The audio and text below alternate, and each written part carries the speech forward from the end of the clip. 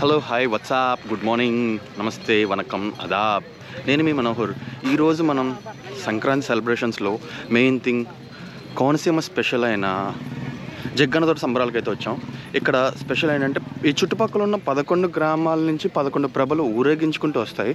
అవన్నీ వచ్చి జగ్గన్నతోట అనే ప్లేస్లో ఉంటాయన్నమాట. అక్కడ తీర్థం అన్నీ లైక్ ఎంతోమంది వస్తారు. I will show you. ఈరోజు జగ్గన్నతోట అంటే ఆల్రెడీ ఇంకా ప్రభలు అయితే స్టార్ట్ అవ్వలేదు, బట్ ఆ తోట దగ్గర జనాలు ఎంతమంది ఉన్నారో తెలుసా? లిటరలీ ఆల్మోస్ట్ 1000+ ఉంటారు. అంతమంది ఉంటారు లిటరలీ.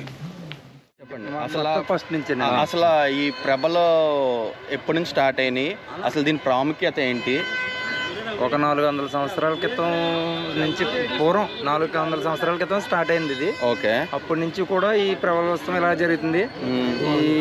ఈ మెయిన్ ఏంటంటే ఈ గంగళకూరు 11 రుద్రాక్ష ప్రభలు ఉంటాయండి. ఏకాదశి రుద్రాక్షలు 11 ఉంటాయి. 11 ప్రభలు ఒకసారి ఆశీనం అవుతాయండి. ఫస్ట్ కొండ ముసలపల్లి నుంచి తల్లిపేవ కింద ముసలపల్లి పేవ వస్తుంది. లాస్ట్ని గంగళకూరు అగ్రహారం ప్రభలు వెళ్తాయండి.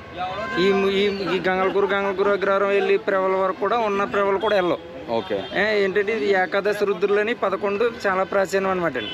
ఈ తీర్థానికి 11 శివాలయాల నుంచి శివాలయం ప్రభలు వస్తాయి. కదిమ ప్రభలు వచ్చినాయి. అవి లెక్కలో ఉండవు. ఈ 11 లెక్కండి మనకి. కానీ అంత ఏమనుకున్నా కానీ ఒక గత సంవత్సరం రిపబ్లిక్ డే సందర్భంగా అక్కడ మన రాష్ట్రం ఆంధ్రప్రదేశ్ నుంచి కూడా ఇక్కడ నుంచి ఇది వెళ్ళింది, ప్రభల తీర్థం వెళ్ళటం జరిగింది. ప్రభల తీర్థం తరఫున అక్కడ కూడా రిపబ్లిక్ డే రోజున కూడా ప్రదర్శించడం జరిగింది. ఇది కూడా ఇప్పుడు ఈలోగా అయితే దీన్ని మళ్ళీ కేంద్రం ప్రభుత్వం కూడా ఇది ఏమంటారు, అది అదే ఏదో గుర్తించిందండి. ఇప్పుడు ఎలాగంటే గుర్తించి మొత్తం కొత్తగా అయితే పెట్టిందండి ఈ సంవత్సరం. అలాగే ఇప్పుడు కూడా జనం మాత్రం తక్కువ రారు. సుమారుగా ఎన్ని లక్షల మంది వస్తారు చెప్పలేమండి. అంచనా ఒక 2-3 లక్షల పైన ఉంటారు. సంవత్సరం పెరిగితే కానీ తక్కువ. ఓకే. సంవత్సరం కూడా పెరుగుతూనే ఉంటారండి. ఎప్పుడు కూడా తగ్గుముఖం అనేది ఉండదండి. జగ్గన్నతోట ప్రభల తీర్థం అనేది. జగ్గన్నతోట ప్రభల తీర్థం. ఈ గంగళకూరు ప్రభల 2 కూడా అండి బాగా ఇదండి. బాగా ఏంటంటే ఈ గంగళకూరు ఒక లైవ్ ఉంది ఇక్కడ, మెలుగు మాట్లాడండి. ఆర్ఎస్ఎస్ సంబంధించిన మౌలి గారి గురించి మాట్లాడండి. నమస్తే మౌలి గారు.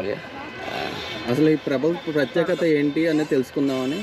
ఇది 11 ఏకాదశి ఋతుల్లో ఒక చోట కలవడం అనేది ప్రత్యేకించి విశిష్టత ఇక్కడ.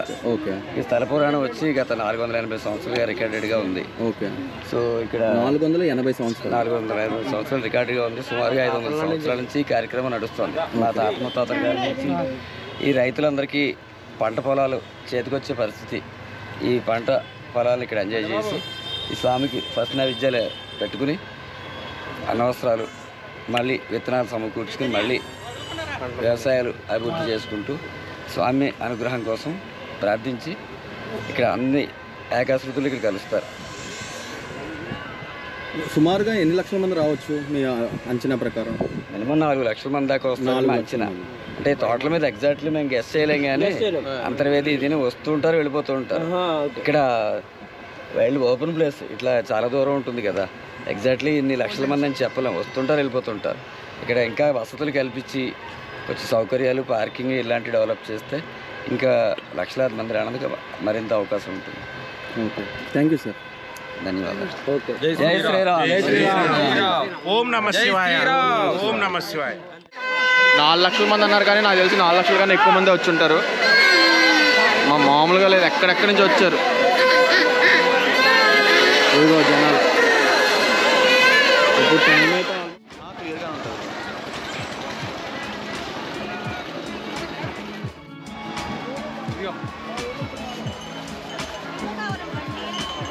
అలాగే